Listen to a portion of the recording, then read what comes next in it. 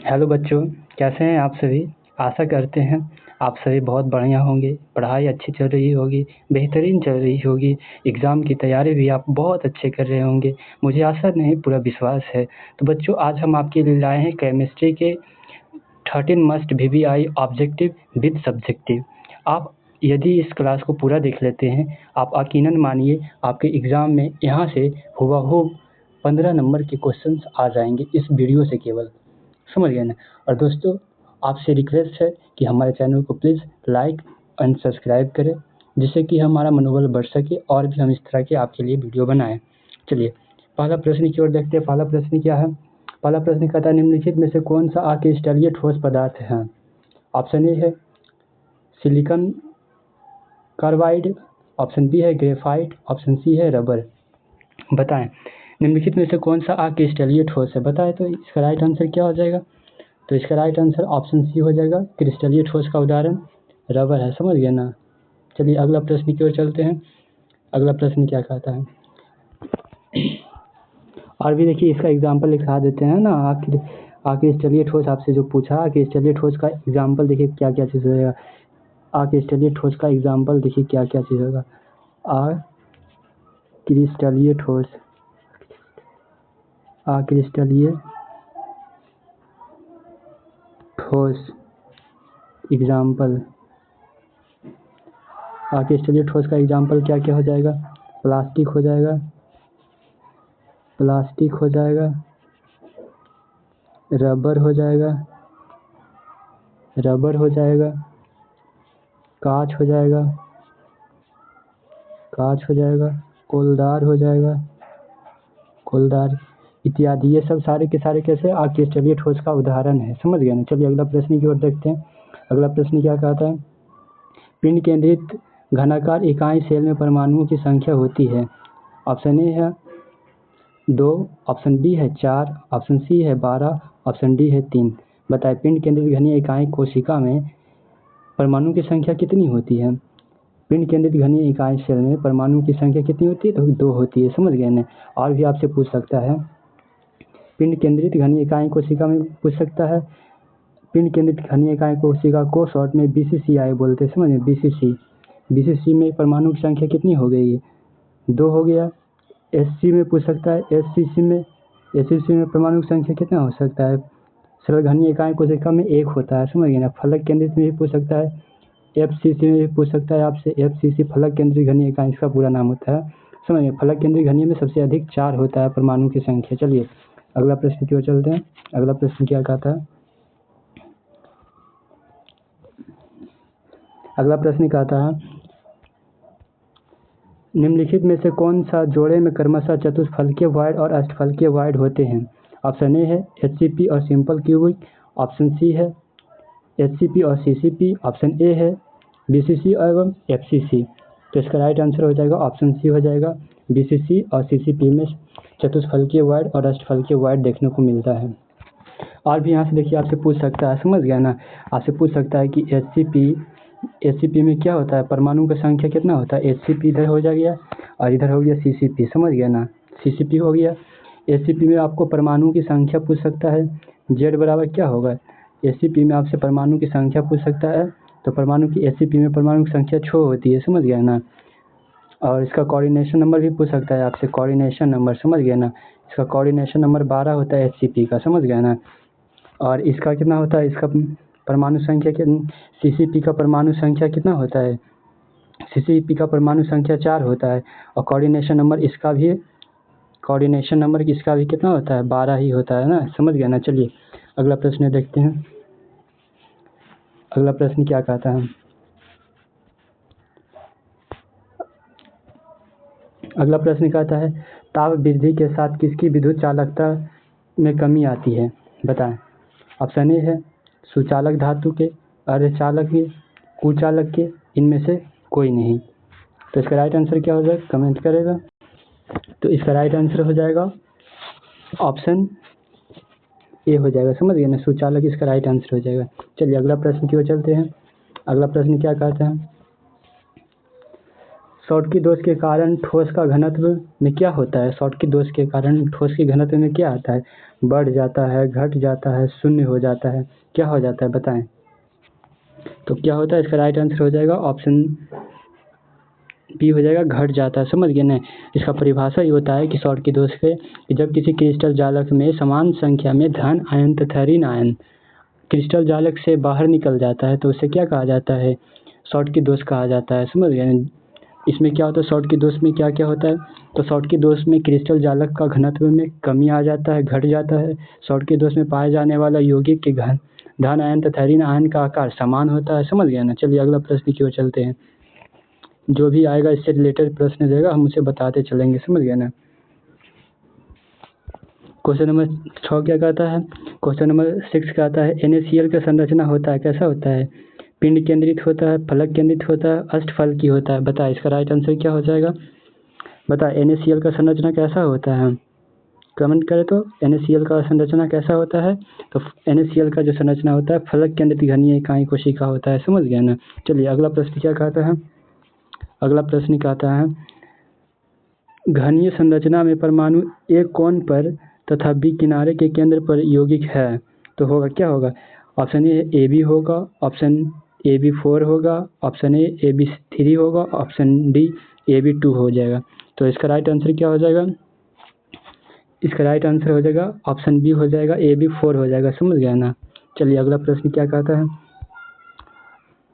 अगला प्रश्न कहता है निम्नलिखित में से कौन सा संक्रमण धातु का आयन प्रतिचुंबकीय है। बताएं कौन सा जो है प्रतिचुंबकीय कौन व्यक्त करता है। ऑप्शन ए है CO2, ऑप्शन बी है AB3, ऑप्शन डी है ZN2, ऑप्शन बी है Ni2। तो बताएं इसका राइट आंसर क्या हो जाएगा। तो इसका राइट आंसर हो जाएगा ऑप्शन बी हो जाएगा, AB3 हो जाएगा। समझ गया ना, AB3 हो जाएगा। चलिए अगला प्रश्न की ओर चलते हैं। कहता है GE अर्धचालक के साथ उपस्थित AS है, क्या है, ऑक्सीकारक है, अवकारक है, डोपेंट है, तो क्या है बताएं। तो यह एक डोपेंट है। समझ गया ना। चलिए अगला प्रश्न की ओर चलते हैं। अगला प्रश्न कहता है फलक केंद्रित एकक कोशिका में चतुष्फलकीय रिक्त की कुल संख्या होती है, कितनी होती है, 6 होता है, 8 होता है, 10 होता है, 12 होता है, तो कितना इसकी संख्या होती है बताएं। तो इसका संख्या कितना होता है, 8 होता है। समझ गया ना। फलक केंद्रित से पूछा है ना, फलक केंद्रित में चतुष्फलकीय रिक्ति की संख्या पूछा है तो कितना हो जाएगा, 8 हो जाएगा। इसका पूछ देगा आपसे कोऑर्डिनेशन नंबर भी पूछ सकता है ना, फलक केंद्रित का पूछेगा परमाणु संख्या कितना होता है। फलक केंद्रित में परमाणु की संख्या 4 होती है। समझ गया ना। चलिए अगला प्रश्न की ओर देखते हैं। अगला प्रश्न क्या है, अगला प्रश्न कहता है सहसंयोजक ठोस में जालक बिंदु को अध्यासित करने वाले काम होते हैं, किसका काम होता है, परमाणु होता है, अणु होता है, आयन होता है, इलेक्ट्रॉन होता है। तो इसका राइट आंसर क्या हो जाएगा, इसका राइट आंसर ऑप्शन ए हो जाएगा, परमाणु इसका राइट आंसर है। चलिए अगला प्रश्न क्या कहता है, अगला प्रश्न कहता है निम्नलिखित में से कौन सा असमदैशिक है। ऑप्शन ए है क्रिस्टल है, आयन है, क्रिस्टल अक्रिस्टल है, दोनों है। बताए इसका राइट आंसर क्या हो जाएगा। तो और ऑप्शन डी है इनमें से कोई नहीं है। बता इसका राइट आंसर क्या। तो इसका राइट आंसर क्या हो जाएगा बता तो इसका राइट आंसर हो जाएगा ऑप्शन बी हो जाएगा। चलिए अगला प्रश्न क्या कहता है, अगला प्रश्न कहता है निम्न में से कौन सा दीर्घकालिक देखिए इसका फॉन्ट चेंज हो गया ना। निम्न में से कौन दीर्घ पारसी है। ऑप्शन ए है कांच है, प्लास्टिक है, क्वार्टर ग्लास है, ऑप्शन डी है इनमें से कोई नहीं है। बताएं इसका राइट आंसर क्या हो जाएगा, इसका राइट आंसर क्या हो जाएगा, इसका राइट आंसर ऑप्शन डी हो जाएगा, इनमें से कोई नहीं। समझ गया ना। चलिए अगला प्रश्न की ओर चलते हैं। अगला प्रश्न क्या कहता है, अगला प्रश्न कहता है निम्नलिखित में से कौन सा आयनिक क्रिस्टल है। बता आयनिक क्रिस्टल कौन है, Na2SO4 है, कार्बन है, ग्रेफाइट है। तो बताएं कौन सा आयनिक क्रिस्टलीय ठोस है, आयनिक क्रिस्टलीय ठोस कौन है बताएं। तो आयनिक क्रिस्टलीय ठोस Na2 है, SO4 है, आयनिक क्रिस्टलीय ठोस। समझ गए ना। चलिए अगला प्रश्न की ओर चलते हैं। अगला प्रश्न क्या कहता है, CCP के लिए समन्वय संख्या होती है, 6 होता है, 8 होता है, 12 होता है। हम आपको पहले ही ऊपर ही बता चुके हैं कि CCP का कोऑर्डिनेशन नंबर कितना होता है। तो कितना होता है, ऑप्शन सी हो जाएगा, 12 होता है। चलिए अगला प्रश्न की ओर चलते हैं। अगला प्रश्न क्या कहता है, अगला प्रश्न कहता है अष्टफलकीय रिक्त में कितने गोलों से मिलकर बनी होती है? अष्टफलकीय कितने गोलों से मिलकर बना होता है? 4 गोला से, 6 गोला से, 8 गोला से, 10 गोला से। तो अष्टफलकीय कितने? अष्टफलकीय का परिभाषा ये होता है वैसा अष्टफलकीय का परिभाषा ये होता है कि वैसा क्रिस्टल जालक जो अन्य 6 परमाणु से घिरा होता है उसे अष्टफलकीय रिक्तिका कहता है। तो इसका राइट आंसर ऑप्शन बी हो जाएगा 6। चलिए क्वेश्चन नंबर 13 क्या कहता है? पी टाइप अर्धचालक में बहुसंख्य आवेशित वाहक होते हैं। क्या होता है? इलेक्ट्रॉन होता है, छिद्र होता है, इलेक्ट्रॉन एवं छिद्र दोनों होता है। बताए इसका राइट आंसर क्या हो जाएगा? इसका राइट आंसर क्या हो जाएगा? तो इसका राइट आंसर हो जाएगा ऑप्शन बी, छिद्र हो जाएगा। चलिए अगला प्रश्न क्या है? अगला प्रश्न कहता है फलक केंद्रित इकाई सेल में त्रिभुज एवं किनारे की लंबाई को संबंधित है किससे? ए बराबर 2r है, ऑप्शन बी है ए बराबर 4r/3 है √3, ऑप्शन सी है ए बराबर 2v/2r है, ऑप्शन डी r बराबर 2v/√2a है। तो इसका राइट आंसर क्या हो जाएगा? तो इसका राइट आंसर हो जाएगा √2a हो जाएगा ना, 2r जिसमें है ना, समझ गया ना, ये इसका राइट आंसर है। चलिए अगला प्रश्न क्या कहता है? क्वेश्चन नंबर 19 क्या कहता है? कहता है क्रिस्टल जालक में प्रति परमाणु अष्टफलकीय रिक्तिका की संख्या होती है। फिर देखिए आपसे पूछ दिया है 1 होता है, 2 होता है, 4 होता है, 8 होता है। तो बताए रिक्तिका कितनी होती है अष्टफलकीय में? बताए इसका तो इसका राइट आंसर ऑप्शन डी हो जाएगा, 8 हो जाएगा। समझ गए? चलिए अगला प्रश्न क्या कहता है? अगला प्रश्न कहता है जब क्रिस्टल में ऋणायन रिक्तिका द्वारा इलेक्ट्रॉन फंसा लिए जाते हैं तो त्रुटि क्या कहलाती है? शॉटकी दोष कहलाता है, फ्रेंकल दोष कहलाता है, या स्टोइकियोमेट्रिक दोष कहलाता है, या एफ केंद्र दोष कहलाता है? क्या कहलाता है? जब क्रिस्टल में ऋण आयन फंस जाता है तो वो कौन सा दोष उत्पन्न होता है उस समय? तो कौन सा दोष उत्पन्न होता है? तो एफ केंद्र दोष उत्पन्न होता है ना उसमें। चलिए अगला प्रश्न कहता है किस युगल में सर्वाधिक संकुलन क्षमता पाया जाता है? बीपी एवं बीसीसी में, एचसीपी एवं बीसीसी में, स्टोइकियोमेट्रिक दोष में, ऑप्शन सी बीसीसी एवं सीसीपी में। तो बता इसका राइट आंसर क्या हो जाएगा? तो इसका राइट आंसर हो जाएगा ऑप्शन बी हो जाएगा सीसीपी एवं एचसीपी में। समझ गया ना? चलिए अगला प्रश्न क्या कहता है? अगला प्रश्न कहता है निम्नलिखित में से कौन सा फ्रेंकल दोष एवं शॉटकी दोष दोनों में पाया जाता है?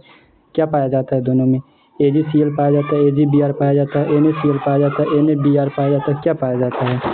बता इसका राइट आंसर क्या हो जाएगा? तो AgBr दोनों में पाया जाता है। AgBr देखिए कहाँ है? यहाँ ऑप्शन बी है। चलिए अगला प्रश्न क्या है? अगला प्रश्न देखिए क्या कहता है किस प्रकार के दोष में क्रिस्टल का घनत्व अपरिवर्तित रहता है? शॉटकी दोष में होता है, फ्रेंकल दोष में होता है, रिक्तिका दोष में होता है, अंतरकाशीय दोष में होता है। बता इसका राइट आंसर क्या हो जाएगा? तो इसका राइट आंसर फ्रेंकल दोष हो जाएगा। समझ गया ना? फ्रेंकल दोष में होता है घनत्व में अपरिवर्तित रहता है, जबकि फ्रेंकल दोष का घनत्व क्या होता है? घट जाता है। समझ गया ना? चलिए अगला प्रश्न क्या होता है? अगला प्रश्न क्या कहता है चतुष्फलकीय रिक्त में कितने गोलों से घिरे बने होते हैं? ऑप्शन ए है 4 गोले से, यहाँ गलती हो गया, ऑप्शन ए है 4 गोले से, ऑप्शन बी है 6 गोलों से, ऑप्शन डी है 8 गोलों से, ऑप्शन डी है 7 गोलों से। बताएं। तो ऑप्शन ए हो जाएगा, यहाँ पे जो 4 लिखा हुआ है ना, तो यही सही हो जाएगा, सही हो जाएगा, यही हो जाएगा। समझ गए ना? ये राइट आंसर ये हो जाएगा। चलिए अगला प्रश्न पे चलते हैं। अगला प्रश्न कहता है किस प्रकार के क्रिस्टल में ब्रेविस जालक की संख्या होती है, सबसे अधिक होती है? ऑप्शन ए घनाकार, ट्राइलिकिनी, ऑर्थोरोम्बिक में, टेट्रागोनल में। तो किस में सबसे अधिक होता है ब्रेविस के अनुसार? तो ब्रेविस के अनुसार से अधिक होता है ऑर्थोरोम्बिक में। इसमें कितना होता है? घनाकार में 3 होता है। समझ गए ना? ऑर्थोरोम्बिक में 4 होता है सबसे अधिक ब्रेविस के अनुसार। और ब्रेविस के अनुसार कितना होता है? ब्रेविस के अनुसार टोटल पूछता क्रिस्टल जालक की संख्या कितनी होती है? तो 14 होती है। समझ गए? और ऐसे पूछते क्रिस्टल तंत्र कितने होते हैं? तो 7 होते हैं। चलिए अगला प्रश्न की ओर चलते हैं। अगला प्रश्न क्या कहता है पीएन जंक्शन में डायोड में विद्युत प्रवाह के कारण होता है, क्या होता है? इलेक्ट्रॉन होता है, छिद्र होता है, इलेक्ट्रॉन और छिद्र दोनों होता है, इनमें से कोई नहीं। तो ये देखिए रिपीटेड क्वेश्चन है। समझ गए? रिपीट कर दिया गया है क्वेश्चन को। तो इसका राइट आंसर क्या हो जाएगा? फिर इसका राइट आंसर क्या हो जाएगा? तो इलेक्ट्रॉन एवं छिद्र दोनों हो जाएगा। चलिए अगला प्रश्न की ओर चलते हैं। अगला प्रश्न कहता है ट्रांजिस्टर सेटों में के निर्माण में किया जाता है। ट्रांजिस्टर के सेट में किसका निर्माण, किसका उपयोग किया जाता है? एसएन का किया जाता है, पीवी का किया जाता है, एसआई का किया जाता है, जेडएन का किया जाता है। तो किसका किया जाता है? तो एसआई का किया जाता है। समझ गए ना? चलिए अगला प्रश्न क्या कहता है? अगला प्रश्न कहता है एजीईएल में कौन सा दोष उत्पन्न होता है? फ्रेंकल दोष होता है, रैखिक दोष होता है, शुद्धि दोष होता है, शॉर्ट की दोष होता है। तो कौन सा दोष उत्पन्न होता है? एजीसीएल में वहाँ सीएल होगा, समझ गए? एजीसीएल हो जाएगा, समझ गए? तो एजीसीएल में कौन सा दोष उत्पन्न होता है? फ्रेंकल दोष उत्पन्न होता है। अब इसका राइट आंसर ऑप्शन ए हो जाएगा। चलिए अगला प्रश्न क्या कहता है? अगला प्रश्न कहता है निम्न में से कौन सा फेरी चुंबकीय है? ऑप्शन ए है MnO2 है, ऑप्शन बी है Fe3O4 है, ऑप्शन सी है NaCl है, ऑप्शन सी डी है CrO2 है। तो इसका राइट आंसर क्या हो जाएगा? जिसमें आयरन पाया जाएगा वही फेरी चुंबकीय हो जाएगा। इसका राइट आंसर ऑप्शन बी हो जाएगा। चलिए देखिए अब देखते हैं दीर्घ उत्तरीय प्रश्न।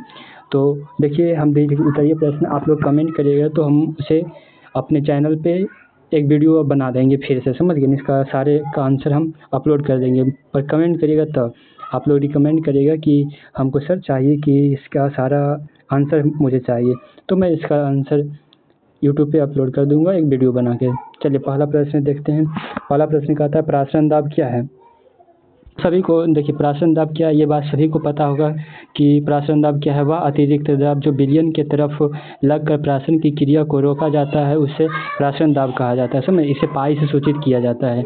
दूसरा कहता है प्रतिलोप प्राशन, इसे को उल्टा प्राशन भी कहा जाता है। तीसरा क्वेश्चन है वान टॉप के प्राशन दाब का नियम लिखिए, समझ गए ना? तीसरा आइसोटोनिक विलयन क्या है? चौथा एजोट्रोपिक मिश्रण क्या है? प्राशन एवं मिश्रण में अंतर लिखिए, समझ गए? अगला प्रश्न क्या कहता है? 10 क्वेश्चन दिए हैं, समझ गए ना? अगला प्रश्न कहता है प्राशन एवं विसरण में अंतर लिखिए। हेनरी का नियम क्या है? मोलर उन्नयन स्थिरांक, यहाँ गलत लिखा हुआ है, देखिए यहाँ लिखाएगा मोलर उन्नयन स्थिरांक। मोलर उन्नयन स्थिरांक मोलर उन्नयन स्थिरांक होगा, समझ गए ना? यहाँ पे देखिए फिर है दूसरा, फिर है मोलर उन्नयन स्थिरांक, यह मोलर उन्नयन स्थिरांक। फिर अंतिम क्वेश्चन है विलेयता क्या होता है?